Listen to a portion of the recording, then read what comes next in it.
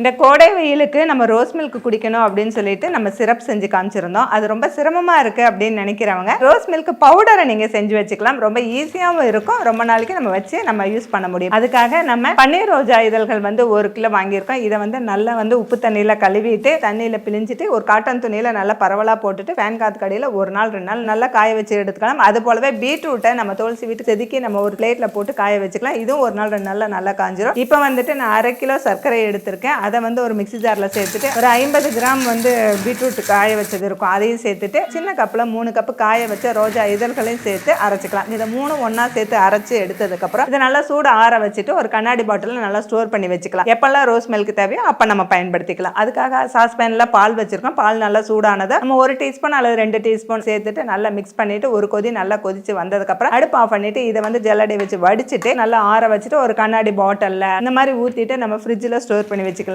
நல்லா சில்லுன்னு ஆனதுக்கப்புறம் மதியான டைமில் இதை எடுத்து குடிக்கும்போது ரொம்பவே நல்லா இருக்கும். இந்த வீடியோ உங்களுக்கு பிடிச்சிருந்தா லைக் பண்ணுங்கள், ஃபுட்டி தமிழை ஃபாலோ பண்ணுங்கள்.